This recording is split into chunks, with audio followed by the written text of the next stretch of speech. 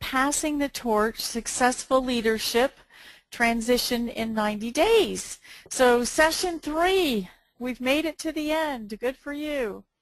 I would like to get just a little bit of feedback, make sure that you guys are hearing me. That would be a wonderful thing. So if you're on and you can hear me, if you'll just give me a little notation in the Q&A, that would be a wonderful thing. Make sure that my audio is working, and we'll proceed. So again, if you're on and can hear me, if you'll just type me a quick hello in the Q&A screen, that would be great. I got on a little early and I wanted to make sure audio is working. Okay, good deal. All right, so again, welcome, and session 3, and as always, get ready to take some notes because this is the final session of Passing the Torch.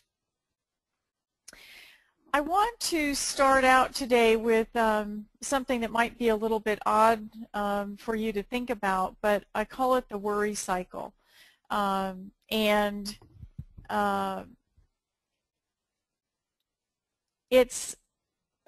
It has a lot to do with what we're going to talk about today, because I think that what happens, and as I've been talking to the participants in this program, especially when it is a one generation to next transition, there is some worry that goes on.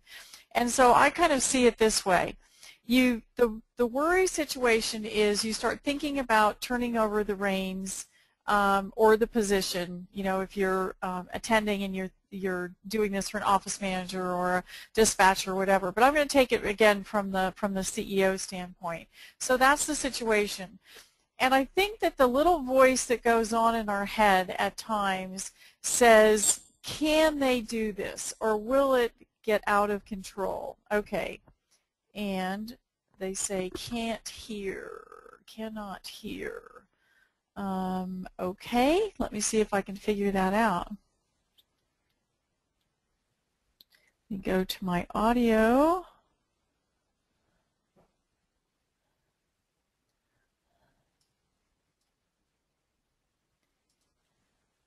Can hear now. Okay, wonderful, wonderful, wonderful. Okay, good. All right, so what I was starting to say is that we have this worry cycle, and I know this is kind of an odd way to start out this session, but you're going to see that it's really, really appropriate to what we're talking about, because we're talking about how do you keep control when you are turning over the position. And so one of the worries that I think goes on now is that will the person that you're turning the position over to, you know, what will happen? Will it get out of control? And then you usually add on top of that something actually happens. It could be that profitability goes down. We've seen this in a lot of generational transfers. There could be a really bad spill or a mix. Talked to a guy the other day where there had been a bad situation, and he didn't find out about it for 3 months because, you know, they were afraid to tell him, and he's kind of on his way out, and they didn't want to worry him.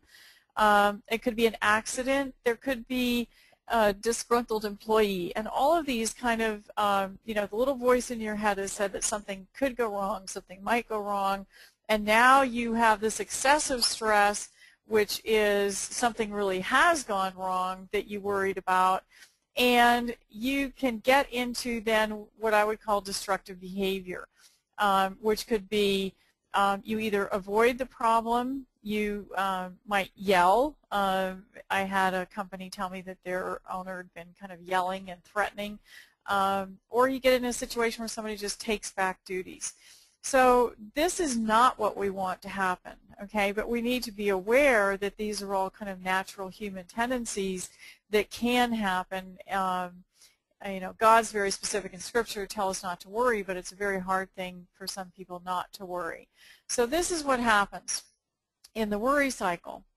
And it's really all about kind of what I would call unknown fears too. You know, what could happen, what will happen, all of that. So what I think is today's big takeaway that I want to be able to give to those of you going through this session with me is kind of the sleep factor. You know, the controls and the feedback that we're going to talk about today are really what allows you to sleep at night, what allows you to go and do other things and not worry. So what to expect today? We're going to do just a real short, you know, the preparation, execution, foundations review, and then we're going to get directly into the control and the feedback. I have seen so many companies where even sometimes did a good job in preparation, did a good job in execution, but didn't have the control and feedback in place, and that's the critical missing element. So in our review, we're going to, you remember we have the 4 major steps to any transition where you're selecting the incoming leader, the you know, identification, organization of all the information, and I made you go through, you know, really thinking about what does the position do, what are all the things that they're going to need to know, what are all the resources that they're going to need, all of those things, right? And then last session we really talked about, okay, how do you get that information out of your head to the person that that really needs to have the information. And I see some more people hopping on the call. You missed my worry cycle, but we're proceeding on, and I'll come back to that. And then, of course, we're today going to be talking about this step 4, which is now you're replacing the leader and how do you keep the controls on. So if we think about the preparation piece, and again, you know, the preparation success steps, you went through all of this, and I hope that over these last 60 days or so that you have really tried to fine-tune this and work on your list and figure out all the things that you do if it's your position that's being transferred. I see quite a few owners on here today. And so, you know, that you've really spent some time with that, and that you've gotten this thorough list of position actions, you've figured out how frequently you do them, all the resources, all the contact info, and that you really worked a little more on those rearview mirror questions.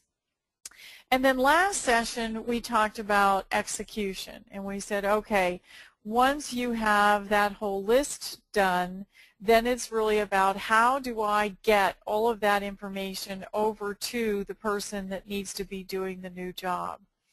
And when it comes to execution, you know, we said this isn't something that just should be sitting in your head, because what happens is there's 2 most common failures where kind of the sink or swim, and this can happen even on individual items where you forgot to even tell the person, you know, about this particular aspect of the position, or you get into the micromanagement, and they seem to be the extremes that people do, and this is in any position that's changing, not just in the CEO position. And then I kind of teased you with this cartoon, you know, I'd like you to be more self-reliant, show more initiative, take greater personal responsibility, but check with me first. And it seems like when I talk to the next generation that's coming in, there's some sort of a sacred cow always that Dad wants to keep control of. And I'm looking at who's on today, and it might be father-in-law that wants to keep control of. So I want you to think about, you know, what are your sacred cows? What are the things that you don't want to let go of, and why is that? So then we talked about the leadership styles. And I even went further into this with John Maxwell's 5 levels of leadership in our Petro Answers call, gosh, was it, I think 2 weeks ago. And we talked about that your style may be very different than the leader coming in, and to be aware of that and to do some work in that area so you really understand your differences in leadership style. And that's hard for the organization culturally, because the CEO has a certain leadership style, and then the new person coming in or the next generation